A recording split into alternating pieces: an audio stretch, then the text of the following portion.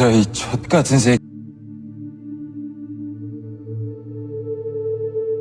Dunia malam menggambarkan kegelapan. Klub malam yang dianggap sebagai tempat hiburan dan bersenang-senang ternyata menjadi neraka bagi sebagian orang. Parahnya lagi, ternyata banyak oknum-oknum kepolisian hingga orang-orang penting yang terlibat di dalam kejahatan ini. Begitulah sekilas gambaran dari drama Korea yang berjudul Gangnam Style pada tahun 2024. Jadi, mari kita kupas filosofinya sampai tuntas.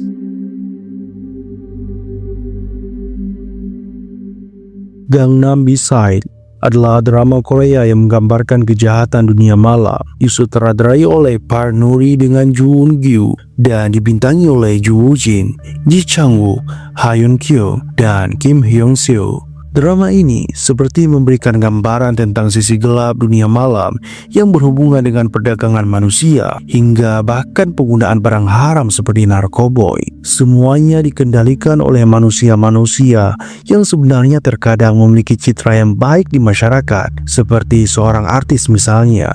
Namun ternyata dia ibarat setan yang tak peduli dengan nilai-nilai kemanusiaan. Dalam episode pertama drama ini, kita melihat bagaimana saat detektif Kang ingin mengusut terkait peredaran narkoba di sebuah klub malam. Kita bisa melihat bagaimana generasi muda dihancurkan oleh barang haram ini. Namun, klub ini dilindungi oleh oknum polisi. Ini menggambarkan betapa rumitnya permasalahan ini dan memberikan kita sebuah kesadaran jika kejahatan memang akan mudah terjadi jika ada oknum yang memiliki wewenang untuk memberantas, namun malah terlibat dalam kejahatan tersebut. Dunia malam dalam drama ini menggambarkan jika wanita ibarat benda. Mereka akan dipakai saat dibutuhkan dan dilenyapkan saat sudah tak lagi berguna. Kita melihat bagaimana Jung Hwa yang dihabisi dengan tragis karena dianggap sebagai pengkhianat. Ini adalah cermin gelap kehidupan di mana kemanusiaan diuji oleh kerakusan dan kekuasaan yang korup seperti racun yang terselubung di dalam keindahan. Dalam drama ini, kita melihat bagaimana karakter dari seorang pembunuh Jung Hwa. Dia bernama Joo Seon, seorang artis pop papan atas. Dia seperti berkepribadian ganda. Cara dia menyapa penggemar, cara dia memberikan senyuman, semuanya terlihat seolah dia adalah aktor yang sempurna. Semua kejahatannya yang bengis telah tertutup oleh kefanatikan penggemar yang terkadang mencintai idola hanya dengan perasaan tanpa mempertimbangkan rasionalitas. Faktanya, tidak mungkin seorang public figure menjumpai penggemar dengan karakter aslinya. Realitanya, semuanya hanya manipulasi dan juga kebohongan. Dan solusinya, jangan mencintai sesuatu dengan berlebihan, karena itu adalah kebodohan. Namun, dalam drama ini, kita juga melihat sesosok mucikari yang pada episode 1 dan 2 peran arahnya mungkin terlihat sedikit ambigu. Namun alurnya pasti, dia adalah Gil-hoo. Gil-hoo adalah seorang mucikari yang sangat membenci narkoboy. Dia tak akan segan-segan menghajar preman-preman yang berani memberikan narkoboy pada orang-orangnya. Dan San mengetahui jika Jenny sedang diburu oleh Jo Seon karena Jenny menyimpan sebuah video rahasia kejahatan. Gil-hoo mengerti kenapa akhirnya Jung Hwa dihabisi.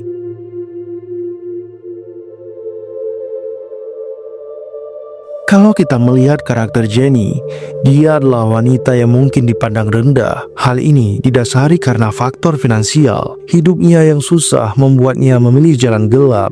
Meskipun jalan gelap yang dipilihnya itu ternyata sangat berbahaya, namun Jenny tetaplah manusia yang memiliki hati nurani. Kita bisa melihat bagaimana dia merasa kasihan kepada Yoseo, di mana kita tahu dalam cerita ini, jika Yoseo sendiri adalah anak dari detektif Kang. Jenny membuat hidup Yoseo menjadi lebih berwarna setelah Jenny benar-benar menolongnya dari teman-teman Yoseo yang merupakan pembuli. Jenny adalah wanita barbar.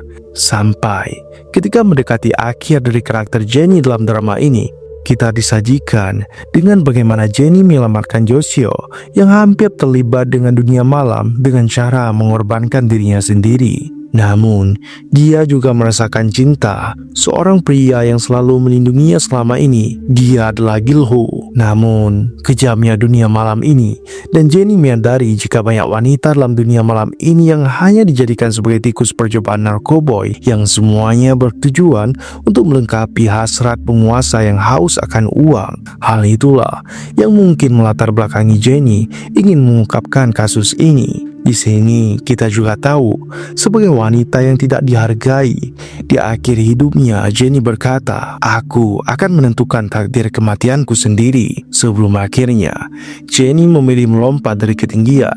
Dan dari karakter Jenny, kita bisa belajar bahwa setiap manusia memiliki bayangan moralnya masing-masing. Dan bahkan ketika di dunia hitam, terkadang muncul percikan prinsip yang bisa memisahkan keburukan mutlak dari kompleksitas manusia.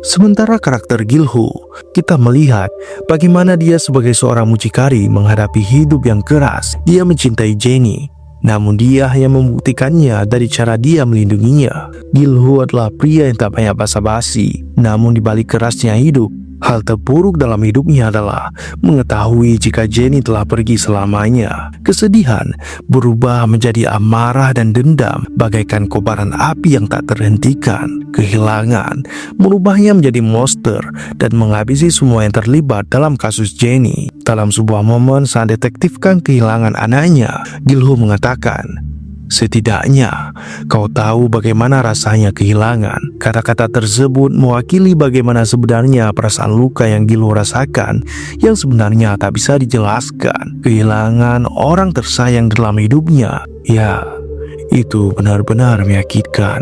Namun, di sisi lain, kalau kita fokus pada kejahatan di dalam cerita ini, bisnis, politik, perdagangan manusia, hingga narkoboy, semuanya terdapat dalam cerita ini. Kita berpikir, jika aktor Jo Seon adalah yang mengatur semua kejahatan yang terjadi. Namun, ketika dia telah meninggal karena melakukan bundir, kita tahu jika ada yang lebih berkuasa darinya, dan itu datang dari kalangan pemerintahan, di mana mereka menjadikan kekuasaan sebagai peluang untuk menjalankan bisnis hitam. Semuanya berjalan dengan mulus, karena semuanya memang berada di bawah kendali mereka. Hidup mereka seperti tak ada yang ditakutkan. Perasaan tersebut memang akan muncul saat seseorang berada di dalam kekuasaan. Namun, dari cerita ini juga kita dapat belajar jika sebesar apapun kekuasaan, ketika kejahatan dilakukan, semuanya pasti akan berakhir dengan kekalahan.